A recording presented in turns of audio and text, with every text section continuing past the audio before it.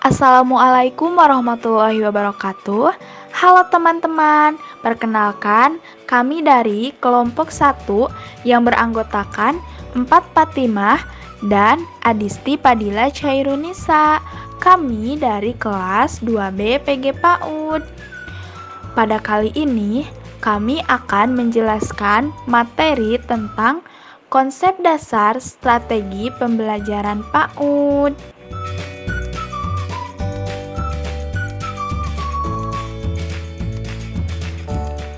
Yang pertama, kita akan membahas tentang pengertian strategi pembelajaran. Nah, strategi pada mulanya digunakan dalam dunia kemiliteran. Strategi berasal dari bahasa Yunani, yaitu strategos, yang berarti jenderal atau panglima. Sehingga strategi diartikan sebagai ilmu kejeneralan atau ilmu kepanglimaan. Nah, sedangkan dalam ensiklopedia pendidikan, strategi adalah suatu seni, yaitu seni membawa pasukan ke dalam medan tempur dalam posisi yang paling menguntungkan.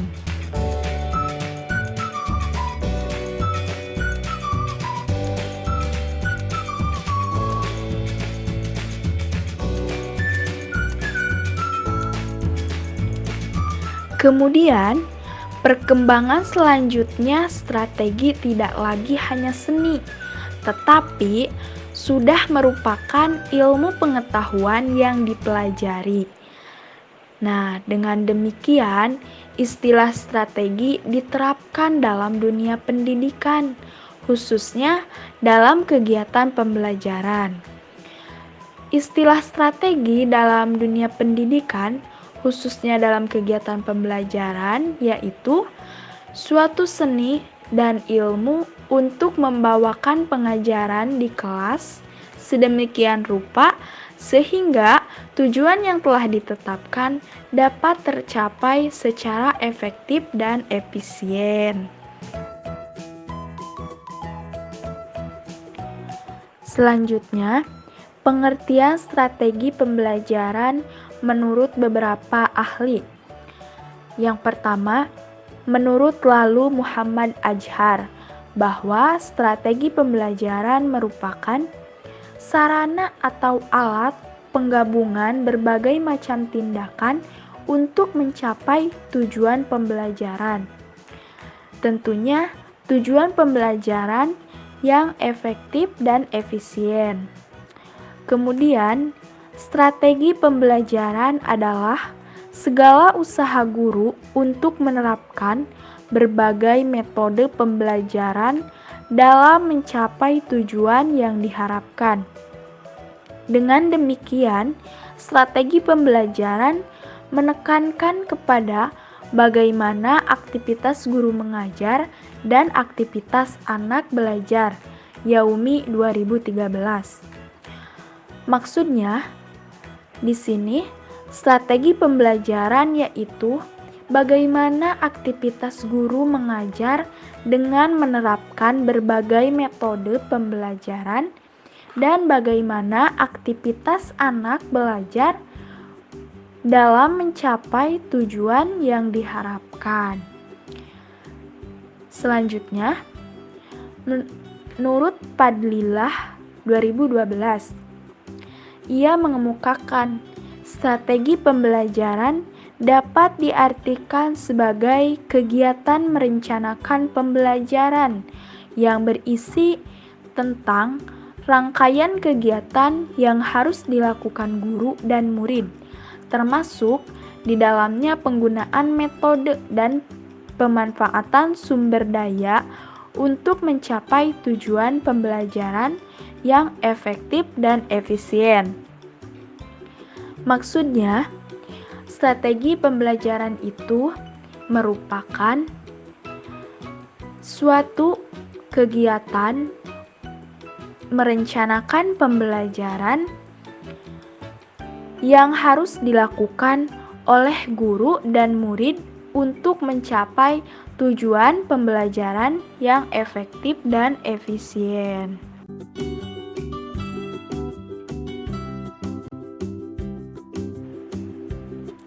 Jadi, dapat disimpulkan bahwa strategi pembelajaran ialah rencana dan cara-cara membawakan pengajaran agar segala prinsip dasar dapat terlaksana dan segala tujuan pengajaran dapat dicapai secara efektif. Maksudnya, strategi pembelajaran ialah suatu rencana dan cara-cara pengajaran agar segala tujuan pengajaran atau pembelajaran dapat tercapai secara efektif dan efisien. Selanjutnya, pembahasan yang kedua yaitu strategi pembelajaran anak usia dini. Dalam pendidikan anak usia dini, tentunya sangat membutuhkan strategi pembelajaran yang efektif, efisien, dan menyenangkan. Strategi pembelajaran pada anak usia dini selalu mengedepankan 3 aspek aktivitas, yaitu bermain, bernyanyi, dan bekerja atau berkegiatan. Ketiga aktivitas tersebut dapat mengasah otak anak, kecerdasan anak, emosi anak, sosial anak, keterampilan fisik anak, dan lain sebagainya. Sehingga dalam proses pembelajaran, anak akan ceria, bebas, dan tanpa beban. Nah, jadi ketiga aspek aktivitas tersebut merupakan strategi pembelajaran yang harus diterapkan pada anak usia dini.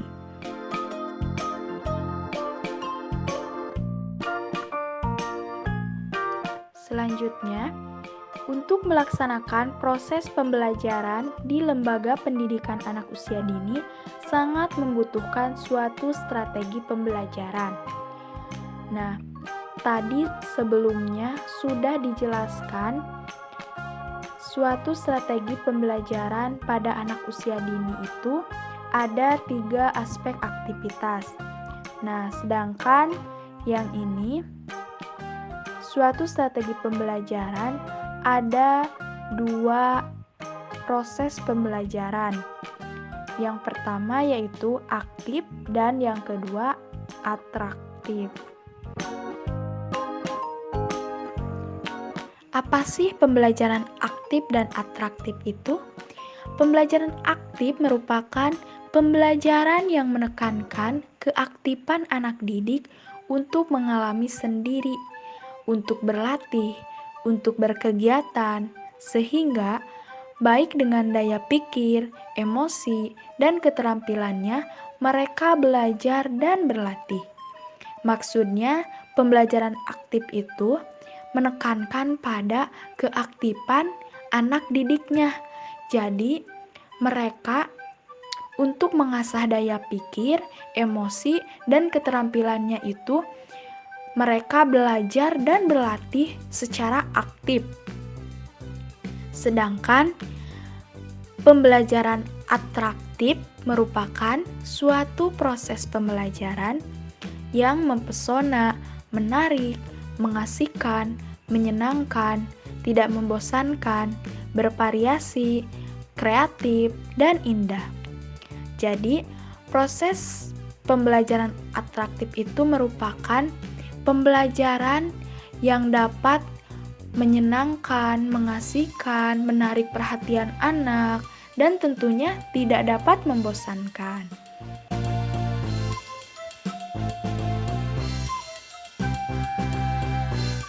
Kemudian, pembahasan yang ketiga yaitu karakteristik pembelajaran untuk anak usia dini. Yang pertama yaitu belajar, bermain, dan bernyanyi. Tentunya, dalam pendidikan anak usia dini, belajar bermain dan bernyanyi itu merupakan karakteristik yang paling utama. Karena dengan belajar bermain dan bernyanyi, anak-anak akan merasa senang, merasa bahagia, dan belajar pun akan menyenangkan, mengasihkan, dan tidak membosankan. Nah, karakteristik yang kedua yaitu pembelajaran yang berorientasi pada perkembangan.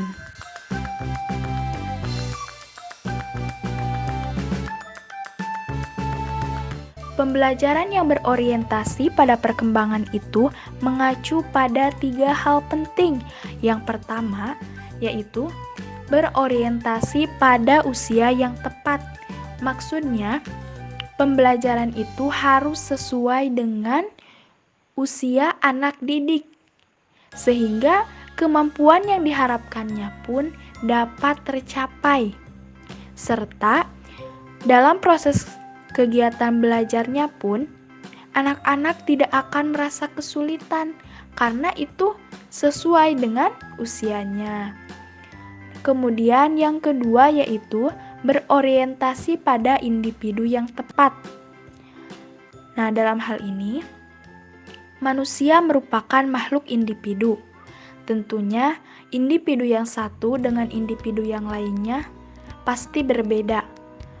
Itu juga sama pada anak-anak, pasti memiliki karakteristik yang berbeda. Nah, dalam hal tersebut, itu harus menjadi pertimbangan guru dalam merancang, menerapkan, mengevaluasi kegiatan, berinteraksi, dan memenuhi harapan anak. Kemudian yang ketiga yaitu berorientasi pada konteks sosial budaya. Jadi, guru harus memperhatikan anak dalam konteks sosial budayanya atau dalam latar belakangnya, baik dari keluarga, masyarakat, faktor budaya yang melingkupinya, ataupun lingkungan sekitarnya.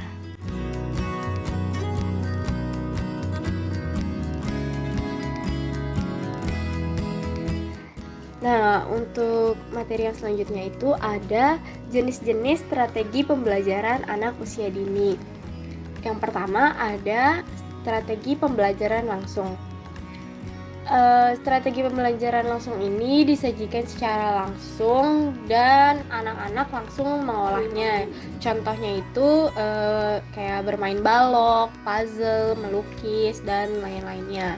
Jadi anak ini tuh bekerja secara menyeluruh dan guru hanya sebagai fasilitator.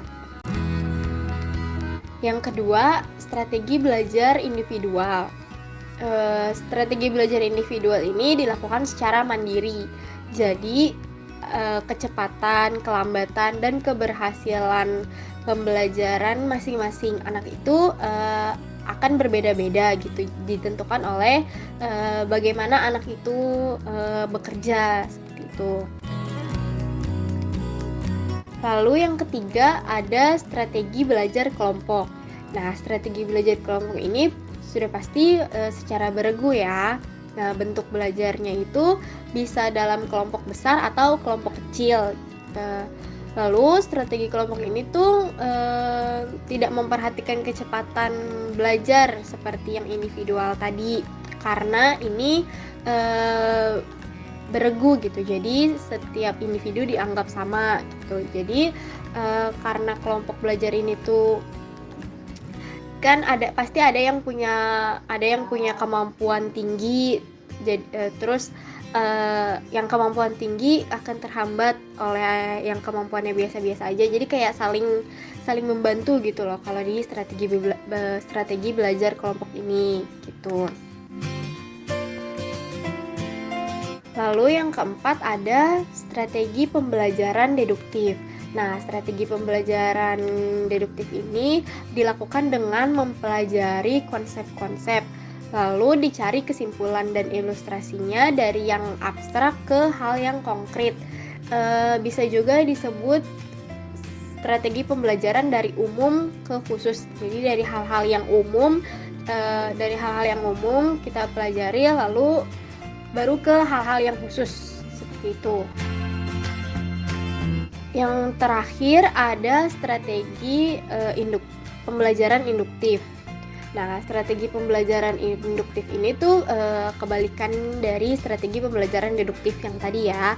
Jadi yang dipelajari itu dimulai dari hal-hal yang konkret. Lalu secara pelan-pelan baru anak-anak tuh dihadapkan pada materi yang rumit, itu yang lebih umum. Nah, strategi ini tuh dinamai dengan bisa juga disebut sebagai strategi pembelajaran dari khusus ke umum.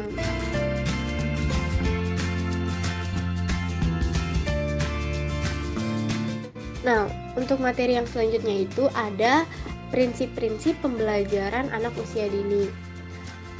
Prinsip-prinsip yang digunakan dalam proses pembelajaran anak usia dini itu yang pertama ada belajar melalui bermain. Anak di bawah usia 6 tahun itu kan lagi seneng-senengnya bermain gitu loh. Jadi kegiatan yang paling anak suka itu adalah bermain. Nah, melalui bermain ini pendidik bisa memberikan rangsangan pendidikan dengan cara yang tepat. Jadi anak-anak tidak hanya sekedar bermain tetapi juga sambil belajar gitu. Jadi tetap dapat pelajarannya juga dari bermain tersebut. Nah, selanjutnya yang kedua itu ada berorientasi pada perkembangan anak. Nah, pendidik harus mampu mengembangkan semua aspek perkembangan sesuai dengan usia anak. Setiap anak kan memiliki kecepatan dan irama perkembangan yang berbeda, tapi pada umumnya memiliki tahap perkembangan yang sama. Jadi pendidik tuh perlu memberikan kegiatan yang sesuai dengan tahapan perkembangan anak, lalu memberi dukungan juga sesuai dengan perkembangan masing-masing anak. Jadi penting untuk pendidik tuh memahami tahapan perkembangan anak. Lalu yang ketiga ada berorientasi pada kebutuhan anak. Pendidik harus mampu memberi rangsangan pendidikan atau stimulasi sesuai dengan kebutuhan anak, termasuk anak-anak yang mempunyai kebutuhan khusus. Jadi anak di sini kan sebagai pusat pembelajaran ya. Jadi seluruh kegiatan pembelajaran itu direncanakan dan dilaksanakan untuk mengembangkan potensi si anak. Nah, kegiatan tersebut itu dilakukan dengan memenuhi kebutuhan fisik dan psikis anak. Nah, kegiatannya juga harus menyenangkan sesuai dengan cara berpikir dan perkembangan kognitif anak. Jadi pembelajarannya itu tidak berorientasi pada keinginan guru atau keinginan lembaga atau keinginan orang tua, tapi harus berorientasi pada keinginan anak. Lalu yang keempat itu ada berpusat pada anak. Jadi pendidik harus mampu menciptakan kegiatan-kegiatan yang menarik dan membangkitkan rasa ingin tahu anak, memotivasi anak untuk berpikir kritis dan kreatif. Ya, seperti yang saya bilang tadi, jadi pembelajaran itu berorientasi pada sesuai dengan minat anak gitu. Jadi bukan gimana kitanya, bukan bagaimana gurunya, tapi bagaimana si anak tersebut gitu. Kita sebagai guru hanya menyediakan fasilitasnya, hanya menciptakan kegiatan-kegiatannya, lalu anak yang akan mengimplementasikannya seperti itu. Yang kelima ada pembelajaran aktif. Jadi, anak diberi kesempatan untuk mencari, menemukan, menentukan pilihan, mengemukakan pendapat, dan aktif melakukan serta mengalami sendiri. Nah, jadi proses pembelajaran ini tuh anak dituntut untuk bisa mengeluarkan pendapatnya gitu loh. apa yang mereka inginkan untuk pembelajaran hari ini gitu, apa yang mereka mau mainkan untuk hari ini gitu. Jadi tidak selalu berpaku pada gurunya gitu, karena kan anak sebagai pusat pembelajaran. Yang keenam, berorientasi pada pengembangan nilai-nilai karakter.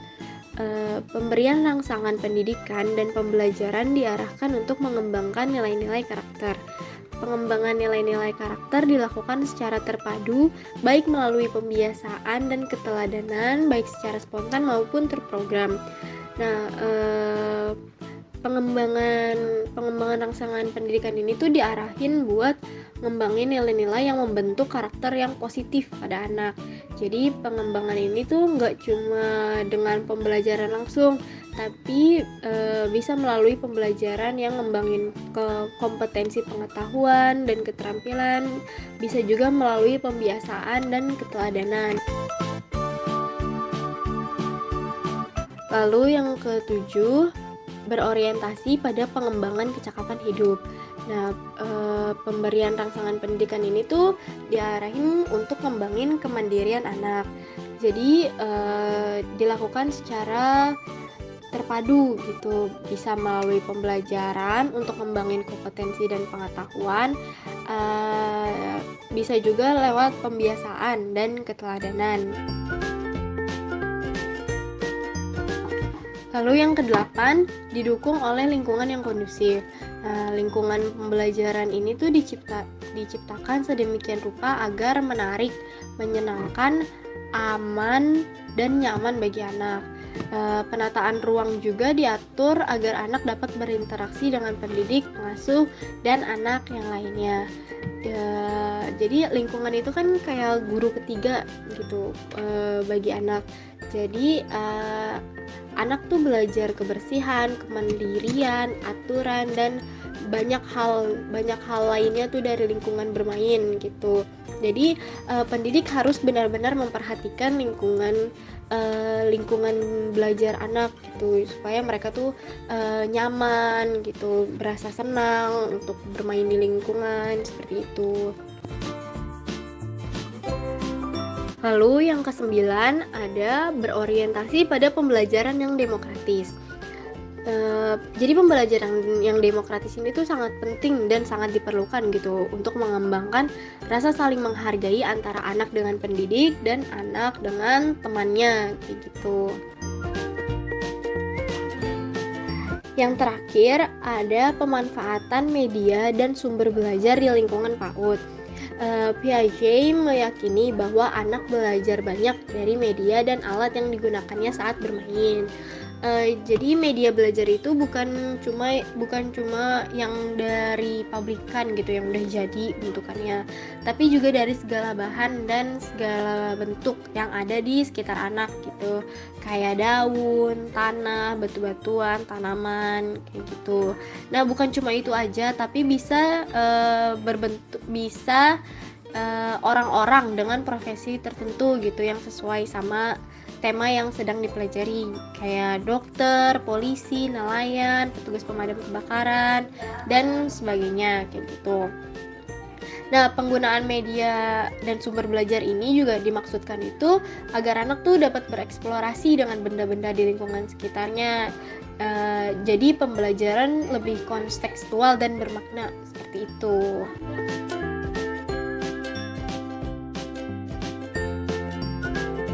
Mungkin sekian penjelasan yang dapat saya dan Empat sampaikan. Kurang lebihnya mohon maaf. Wassalamualaikum warahmatullahi wabarakatuh.